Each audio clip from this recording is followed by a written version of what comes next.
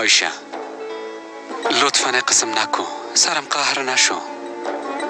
بیبی باور کو جگر خون شدم، نمیخواستم قسم شوم.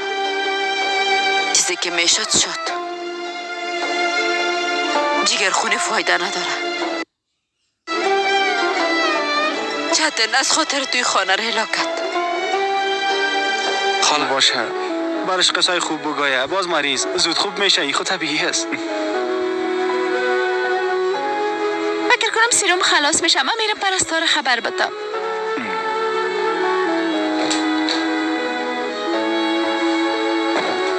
اوه بسیار با محبت طرفش میبینی بیاد هر محمد باز شروع.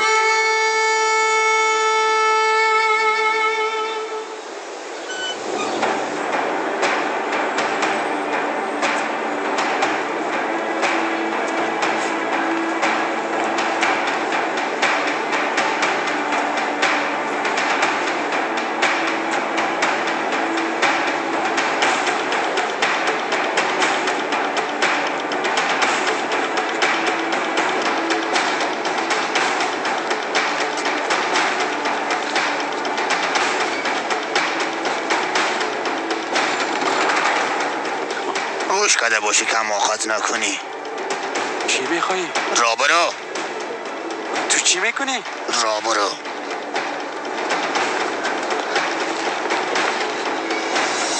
گفتم مرا ایلاک کو. گفتمت که را برو. بیبی قدرت اختطاف میکنن بیادر.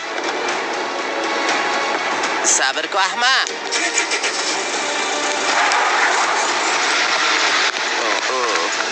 او رفت. قدرت اختطاف کردن.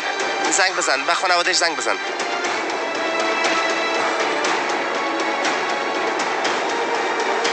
تو چی میگی بچیم؟ چی؟ بچیم تو چی میگی؟ چی شده عروس؟ قدرت بود. مطمئن هستی؟ درست دیدی؟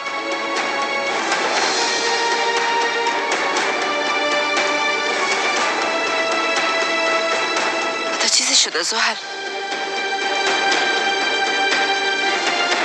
گپ بزن زحل.